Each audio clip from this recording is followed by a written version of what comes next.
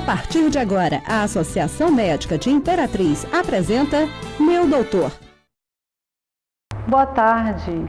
Meu Doutor está de volta com mais uma edição. E o nosso programa hoje vai falar sobre a Síndrome de Guillain-Barré. Vamos falar sobre suas causas, sintomas e complicações. É daqui a pouquinho.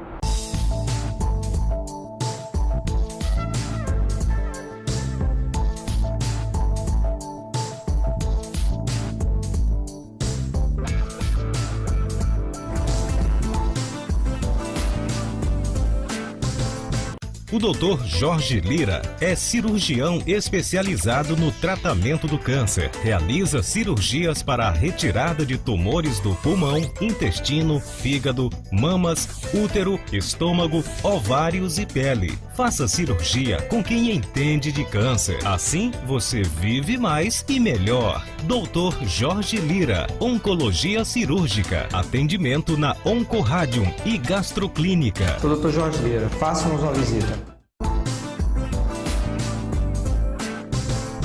De volta com o Meu Doutor. E o nosso programa hoje tem a honra de receber o médico intensivista, Dr. Carlos Hamilton, que vai falar para a gente sobre a Síndrome de Guillain-Barré. Boa tarde, Dr. Carlos, tudo bem? Boa tarde, doutora. Boa tarde aos telespectadores. Bom, eu vou tentar resumir para vocês essa síndrome, né, que esse nome esquisito aí, Guillain-Barré. E, bom, a síndrome de Guillain-Barré é uma doença neurológica, ela é uma polineuroradiculopatia desmielinizante inflamatória. Ou seja, ataca os nervos. Exatamente. No decorrer do programa eu vou tentar explicar exatamente o que significa essa palavra, esse palavrão todo aí. Mas antes eu gostaria de dar alguma ideia do que é exatamente a síndrome de Guillain-Barré. Síndrome, não está dizendo, síndrome não é uma doença, síndrome é um conjunto de sinais e sintomas que caracterizam uma determinada doença, que é bastante específico, que pode ter várias causas, não tem uma causa específica. Várias doenças podem provocar isso. Ou seja, não é uma doença relacionada exclusivamente ao vírus Zika, por exemplo. Não, ela tem várias doenças que podem levar a ela. Bom, essa síndrome ela foi descrita inicialmente em 1916 por dois médicos franceses, por isso o nome, né, Guillain-Barré. E apesar da gente estar ouvindo falar bastante dela atualmente, ela é uma doença bem rara, mesmo dentro da classe médica. Boa parte dos médicos sequer já presenciaram, já viram um caso de síndrome de Guillain-Barré. Calcula-se, nós não temos estatísticas nossas brasileiras, mas estatísticas americanas, é que é em torno de 1 a 4 casos de síndrome de Guillain-Barré para cada 100 mil pessoas. Então, felizmente para nós, é uma doença bastante rara. Bom, antes de começar a falar exatamente dessa doença, vamos falar um pouco sobre como acontece a transmissão nervosa, para a gente entender o que acontece na doença. A gente tem dois tipos de transmissão nervosa. Nós temos o neurônio sensitivo e temos o neurônio motor. A diferença entre eles é muito simples. O neurônio sensitivo, ele pega o estímulo da extremidade e leva para o sistema nervoso central. Ele sente. Podemos dizer que sim. O neurônio motor, ele leva o estímulo elétrico, nós funcionamos a eletricidade, ele leva o estímulo do cérebro para a periferia. Então, quando você toca em alguma coisa quente ou gelada, esse estímulo sai da ponta do seu dedo e vai lá para o teu cérebro, porque o teu cérebro interpreta aquilo como quente ou gelado. Para você movimentar a mão, fazer isso aqui, o estímulo é o contrário, ele sai do teu cérebro e ele manda a sua mão fazer o movimento que você quer fazer. A síndrome de Guillain-Barré, ela age exatamente aí nesse local, nessa passagem do estímulo do teu cérebro para o músculo. Compromete a parte motora, exatamente, sem comprometer a parte sensitiva. Ou seja, a pessoa continua sentindo tudo, mas não consegue executar. Exatamente. Você sente dor, você sente calor, você sente frio, mas você não consegue movimentar o dedo. E por que isso acontece? Bom, nosso sistema imunológico, que tem a função de nos proteger contra todo tipo de agressão, seja ela vírus, bactérias, fungos, protozoários e tudo mais, toda vez que somos invadidos por um ser desse, por um vírus, vamos falar aqui de vírus, já que está se falando muito disso aí, e a gente vai chegar na Zika daqui a pouco, o nosso organismo, o nosso sistema imunológico, produz anticorpo contra esse vírus, na intenção de matar esse vírus. Acontece que alguns tipos de vírus, e aqui são vários, Zika, dengue, chikungunya, gripe, vários outros, algumas bactérias, Campylobacter jejuni, elas têm uma estrutura na sua molécula que ela é muito parecida com a estrutura de uma substância que recobre os nossos nervos, chamadas bainhas de mielina. São substâncias chamadas gangliosídeos. No momento que o anticorpo, o nosso organismo produz anticorpo contra esse vírus, pela semelhança do vírus, do gangliosídeo do vírus, e que tem essa mesma coisa no nervo, mesmo depois que esse vírus é morto, o nosso sistema imunológico é como se ele não soubesse disso. E ele começa a atacar os seus nervos, achando que está atacando o vírus. E ele destrói essa bainha de mielina. A bainha de mielina é que recobre os nossos nervos. Você imagina, imagina um prédio com toda a fiação descoberta, sem a capa do fio. A grosso modo, a gente poderia dizer que é isso que acontece com o nosso sistema imunológico no momento que ele é atacado por nossos próprios anticorpos, que deveriam nos proteger. Então, esse estímulo que sai do cérebro para chegar na periferia, para você fazer o movimento, ele acontece de uma forma incorreta, ele não chega de uma forma adequada. Por isso, você não consegue mexer. Dr. Carlos Hamilton, e essa parte motor, ou seja, os movimentos, os músculos comprometidos, eles são somente os membros ou os órgãos também são comprometidos, como o coração, o diafragma, que é responsável pela respiração? Bom, a evolução da doença, que ela costuma ser em torno de 2 semanas, às vezes até 4 semanas, mas normalmente ela tem uma evolução completa até 2 semanas, normalmente começa em membros inferiores e eles vai subindo progressivamente.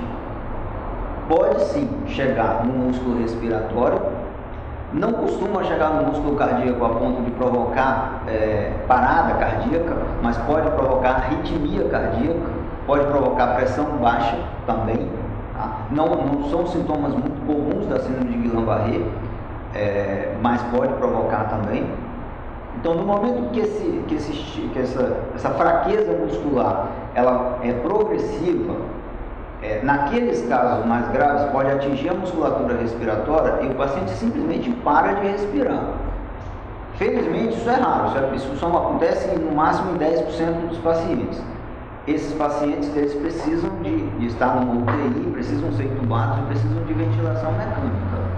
Normalmente, o derrame, o acidente vascular cerebral, ele aparece geralmente de maneira súbita e compromete apenas um lado do corpo, diferente do Guillain-Barré. Pelo que eu entendi, ele compromete os dois lados, né? E ele é gradual. A pessoa começa sentindo uma perda de força. Exatamente, começa com uma perda de força, começa com uma fraqueza, aquela fraqueza típica que acontece em toda virose que a gente pega, só que muito mais intensa, a ponto de você não conseguir andar. E que vai subindo gradativamente, né? O perigo é exatamente quando atinge a musculatura respiratória. E essa evolução, ela pode ser lenta, pode durar de 1 a 2 semanas, como eu disse antes, mas existem casos que ela é bem rápida, ela acontece de horas, às vezes 2, 3 dias. Então, por isso, o médico tem que estar bem atento para que, se isso acontecer, esse paciente, necessariamente, ele tem que estar hospitalizado e, dependendo da evolução da gravidade da doença, tem que ficar na UTI, porque caso esse paciente pegue musculatura respiratória, ele tem que ser imediatamente entubado e colocado em ventilação mecânica. Dr. Hamilton, qual que é a diferença do paciente que vai desenvolver a síndrome de Guillain-Barré para o que não vai desenvolver? Quais são os fatores que favorecem chegar até esse ponto? Bom, não existe nenhum fator de risco para isso. Isso aí pode atingir desde a criança até o idoso. Mas os extremos de idade, como qualquer doença, eles são mais graves nos extremos de idade. Tanto a síndrome de Guillain-Barré na criança quanto no idoso, e especificamente no idoso, ela é mais grave do que no paciente, num adolescente ou num adulto jovem, por exemplo. Existe alguma predisposição familiar? Ou seja, se alguém da família desenvolveu, os parentes próximos devem ficar mais preocupados? Não existe predisposição familiar. Isso é o tipo de coisa que simplesmente acontece contigo. Daqui a pouquinho vamos falar mais sobre Guillain-Barré. Não saia daí. O Dr. Jorge Lira é cirurgião especializado no tratamento do câncer. Realiza cirurgias para a retirada de tumores do pulmão, intestino, fígado, mamas, útero, estômago, ovários e pele. Faça cirurgia com quem entende de câncer. Assim, você vive mais e melhor. Dr. Jorge Lira, Oncologia Cirúrgica. Atendimento na Oncoradium e Gastroclínica. Sou o Dr. Jorge Lira. Faça-nos uma visita. De volta com o meu doutor, que hoje está recebendo o Dr. Carlos Hamilton para falar sobre a síndrome de Guillain-Barré. Dr. Hamilton, você falou para a gente que não só o vírus da Zika, o vírus da dengue, da chikungunya pode causar a síndrome de Guillain-Barré. Então, quais seriam essas outras doenças também que podem chegar a esse ponto de levar a essa síndrome? Bom, como eu te disse no começo, essa doença é bem polimorfa. Coisas aparentemente bem simples pode desencadear uma síndrome de Guillain-Barré. Cirurgias, gravidez, vacinas. Uma simples diarreia, existe uma bactéria, como eu falei, o Campylobacter jejuni, que provoca diarreia comum, uma diarreia simples, e que em 2-3 semanas o paciente começa a desenvolver um quadro de síndrome de Guillain-Barré por causa disso. Bom, a importância disso aí é o médico ficar atento a esses sintomas. Não temos que achar que toda a fraqueza muscular já é Guillain-Barré. Como eu te disse, toda doença viral, mesmo doença bacteriana, tem aquela fraqueza muscular pós quadro viral. Pensamos apenas no Guillain-Barré quando essa fraqueza é tão intensa a ponto do paciente não conseguir andar sozinho, precisar de ajuda. Aí, nesses casos, sim, obrigatoriamente a gente tem que pensar no assunto e fazer a investigação para tentar fazer o diagnóstico. Amigo, você falou sobre a vacinação. Existem muitos casos na literatura de crianças que evoluíram com a síndrome por conta da vacinação. E se existe também alguma vacina que tende a levar mais a essa síndrome? Bom, felizmente é bem raro o Guillain-Barré associado à vacinação. Foi feito um estudo, mais uma vez não é nosso, um estudo em inglês, na década de 90, que de 1.800.000 pessoas vacinadas, eles descreveram 7 casos relacionados à síndrome de Guillain-Barré que eles conseguiam associar a essa vacinação. Então, se você for pensar em risco-benefício, claro, o risco existe, mas o risco é muito baixo. Então, vamos fazer a vacinação. Quanto ao tipo de vacina, o tipo de vacina mais relacionado à síndrome de Guillain-Barré é contra a febre amarela. E o diagnóstico da síndrome, ele é feito apenas clinicamente pelos sintomas ou existem exames laboratoriais, exames de imagem que podem confirmar esse diagnóstico? Bom, existe a suspeita clínica, que ela é a principal, e existem alguns exames que podem te sugerir esse diagnóstico. E mesmo esses exames negativos, quando eles dão positivo, eles confirmam o diagnóstico, mas quando eles dão negativo, eles não quer dizer que você não tem o problema. O principal exame, o exame que é mais simples, que a gente tem acesso, é o exame de líquor e o exame neurológico, que é um pouco mais complexo, que aí já não se faz em todos os lugares, que é a eletromiografia. Esses dois exames, juntamente com o quadro clínico, ele praticamente fecha o diagnóstico de Guillain-Barré. E o importante de um diagnóstico rápido é que, pelo menos teoricamente, quanto mais rápido o diagnóstico, mais rápido o tratamento, maiores as possibilidades do paciente ter uma melhora mais rápida e mais acentuada. Hamilton, a população quer saber, quando há suspeita dessa doença, qual profissional que elas devem procurar? E também, se Imperatriz dispõe desses exames que você citou para dar o diagnóstico da doença?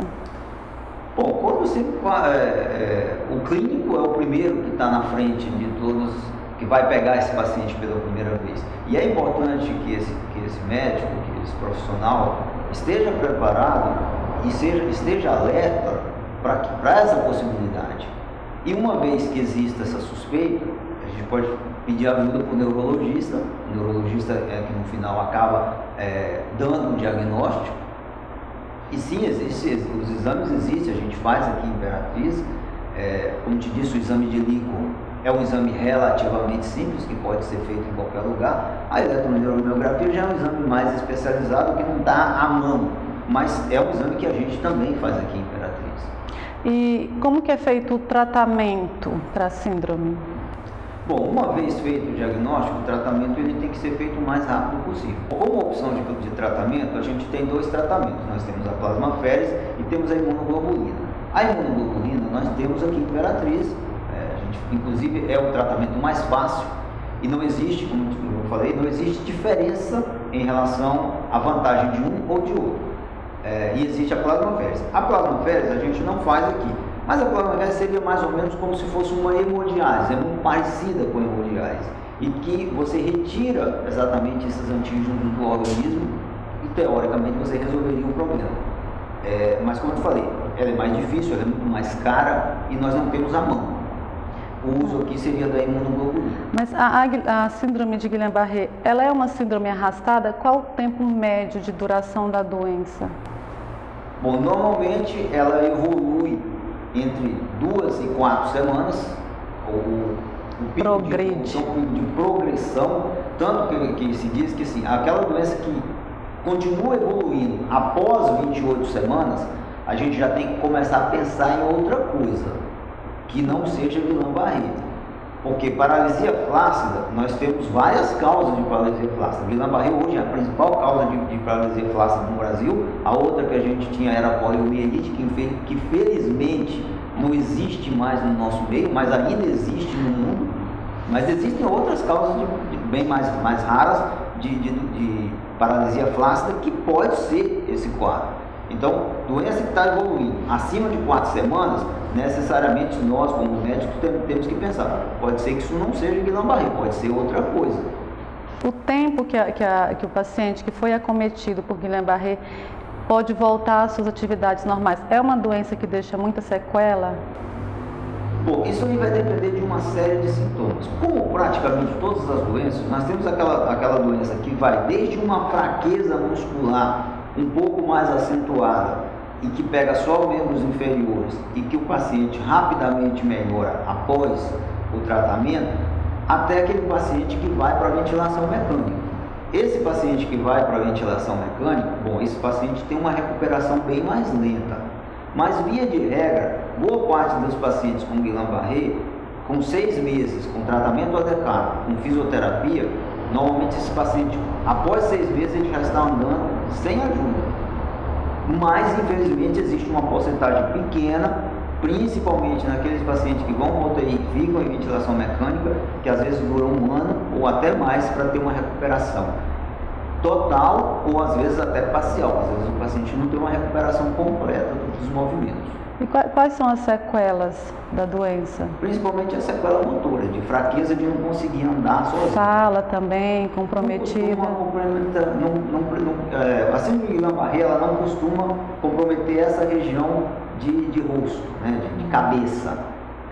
Ela pode também ter, mas ela não costuma. Normalmente ela fica do pescoço para baixo. E, doutor Hamilton, a incidência da doença, pela sua observação no seu consultório, nas UTIs, ela vem aumentando na cidade de Imperatriz? Bom, aqui em Imperatriz eu não percebi esse aumento, apesar de se falar muito na Zika e no Nordeste, na Bahia e em Recife, que lá eles tiveram um aumento na quantidade de síndrome de Guillain-Barré. Aqui eu não percebi isso aí. E boa parte desses pacientes mais graves que acabam indo para a UTI, no ano passado eu peguei um caso de Guillain-Barré apenas. E isso não aumentou. Eu te falei, nos 16 anos que eu estou aqui trabalhando em UTI, eu devo ter visto aí no máximo uns 8 casos de Guillain-Barré nesse tempo inteiro. Em relação à mortalidade da doença, dos pacientes que adoecem, estatisticamente, quantos morrem? Bom, estatisticamente 5%. mas isso vai variar muito de onde você está, do suporte que você tem. Se você estiver num ambiente em que você tem UTI, obviamente essa mortalidade vai ser menor. Se você estiver numa cidade onde não tem esse suporte, se você tiver uma alteração que compromete musculatura respiratória, tem muito o que se fazer. Hamilton, e o paciente que está com uma virose, está com uma gripe ou qualquer outra doença, quando ele se automedica, ele pode mascarar os sintomas da síndrome, ele pode atrapalhar o médico dele a dar esse diagnóstico? Bom, a automedicação ela nunca é boa em situação nenhuma, mas em relação à síndrome de Guillain-Barré não interfere muito não, Porque na via de regra, quando se tem uma doença viral como essa qualquer, se faz um tratamento comum com analgésicos e tudo mais. A restrição que nós temos aqui, falando especificamente dos 3 vírus que estão circulando na nossa região aqui, e está circulando bastante, porque a gente está pegando pacientes o tempo inteiro com um dos 3 vírus, que clinicamente é muito difícil a gente fazer o diagnóstico entre um e o outro. O que a gente deve evitar é o uso do anti-inflamatório e principalmente do ácido acetilsalicílico. Quanto a analgésicos, esses analgésicos comuns eles podem ser usados sem problema. Em relação ao corticoide, ele pode atrapalhar? Bom, na síndrome de Guillain-Barré já se fez muito estudo em relação ao corticoide. O corticoide não tem indicação no tratamento, não existe indicação do corticoide no tratamento da síndrome de Guillain-Barré. Para o tratamento da chikungunya, na fase posteriormente à fase aguda, sim, mas ao síndrome de Guillain-Barré não. Vamos para um intervalo e daqui a pouquinho estamos de volta falando mais sobre síndrome de Guillain-Barré. O Dr. Jorge Lira é cirurgião especializado no tratamento do câncer. Realiza cirurgias para a retirada de tumores do pulmão, intestino, fígado, mamas, útero, estômago, ovários e pele. Faça cirurgia com quem entende de câncer. Assim, você vive mais e melhor. Dr. Jorge Lira, Oncologia Cirúrgica. Atendimento na Oncoradium e Gastroclínica. Sou o Dr. Jorge Lira. Faça-nos uma visita. Meu doutor de volta falando ainda sobre a síndrome de Guillain-Barré com o Dr. Carlos Hamilton, médico intensivista. Dr. Carlos Hamilton, a respeito das sequelas, eu queria que você falasse um pouquinho para a gente sobre o que é a paralisia flácida e se existe algum meio de evitar essa paralisia futuramente como uma sequela. Bom, a paralisia flácida ela acontece no momento da doença. A paralisia flácida nada mais é aquilo que eu digo. Como você tem alteração no neurônio motor, o estímulo ele sai do cérebro e não chega no músculo. O músculo não contrai, o músculo fica flácido. Então, se você soltar uma pessoa com Guillain-Barré em pé, ele vai cair, porque ele não tem força nos músculos. O músculo simplesmente não funciona, é como se o músculo não tivesse função, porque o estímulo não chega até ele. Então, isso é paralisia flácida. A mesma paralisia que acontecia na poliomielite, que a gente tinha, que felizmente a gente não tem mais. Mas esse não uso da musculatura durante um período maior de tempo pode levar a uma atrofia. Sim. Então, é importante o paciente entrar com um tratamento multidisciplinar, com fisioterapia ou outras opções de estímulo para essa musculatura? Bom, a síndrome de Guillain-Barré, ela é uma síndrome, é uma doença que precisa de vários profissionais que tem que trabalhar juntos. Tá? A equipe médica tem que estar, a equipe de enfermagem para evitar as lesões de escaras e tudo mais. A fisioterapia é fundamental na recuperação desse paciente. Aqueles pacientes que atingem voz, que não é muito frequente, mas a fonoaudiologia também. Então a equipe, mais do que nunca, eu estou acostumado a trabalhar com a equipe de multidisciplinar dentro de UTI. Na UTI não existe o eu, existe nós, né? Então, na síndrome de Guillain-Barré, então, essa que precisa mesmo. A gente precisa de uma equipe, tanto no momento da doença, quanto na reabilitação. E principalmente, aliás, na reabilitação. Vou lhe dizer que a reabilitação, ela é muito mais responsabilidade da enfermagem, da fisioterapia, do que necessariamente do médico. O paciente que já teve a síndrome de Guillain-Barré, ele pode desenvolvê-la futuramente? Bom, seria muito azar, né? Mas pode sim. Você pode ter novamente, mas os estudos mostram que isso é bem raro. Entre aqueles pacientes que já tiveram, só existe uma recorrência de 5%. Ou seja, o fato de já ter tido não quer dizer que ele tem uma chance maior de desenvolver futuramente. Mas esse paciente, ele, depois de resolvido o seu problema, ele pode tomar vacina? Sim, ele pode tomar vacina, mas ele tem que esperar pelo menos um ano depois do episódio para tomar a vacina. Pelo menos é o que os protocolos dizem. Ok, doutor Hamilton, nosso tempo acabou. Eu gostaria de agradecer mais uma vez a sua participação no nosso programa. Você é sempre bem-vindo aqui. Obrigado pelo convite, estou sempre à disposição. E eu espero que tenha sido útil para a população, tenha esclarecido sobre a síndrome. E nós agradecemos mais uma vez a sua audiência, um ótimo final de semana e até o próximo programa. Aconteceu nesta quinta-feira na Associação Médica de Imperatriz a palestra Falando em Público para médicos e acadêmicos de medicina, com o professor Wilson Santos Ferreira. A necessidade de falar em público ela é inerente ao ser humano, porque é um processo de comunicação que nós temos necessidade todos os dias, o dia todo, seja em qualquer profissão. Então, é necessário que as pessoas tomem consciência de que hoje, num mundo cada vez mais moderno e competitivo, uma das grandes armas do profissional é saber se vender a sua imagem, vender um produto, um serviço, uma ideia. E começa exatamente com a capacidade que ele tem de persuadir. E persuasão é feita através das palavras. Para a diretoria e médicos associados, eventos que beneficiam a classe são sempre bem-vindos. Temos que aprender essas técnicas novas para poder informar, para poder ter uma melhor relação com o nosso paciente. Essas palestras são de suma importância. O médico não vive só dentro do consultório, o médico tem que fazer entendido, tem que passar a informação de um modo mais eficaz. Quanto à iniciativa da Associação Médica em promover eventos como esse, que possam agregar conhecimento à própria classe? É muito importante essa iniciativa, ela deve ser amadurecida e continuada, pois essa educação continuada dos profissionais é importante. Quem tem a ganhar com isso são os pacientes que vão receber essas informações através dos médicos que estão participando dessas palestras. Doutora, e quanto à palestra? Gostou? Ótima, muito importante, porque nós, como profissionais liberais, sempre precisamos dessa oportunidade para aprendermos mais, saber como devemos nos portar, né? Até em relação aos nossos pacientes, alunos. Então, de extrema importância essa iniciativa da Associação Médica. A palestra foi excelente, ele ensinou para a gente maneiras de falar em público e como se comportar.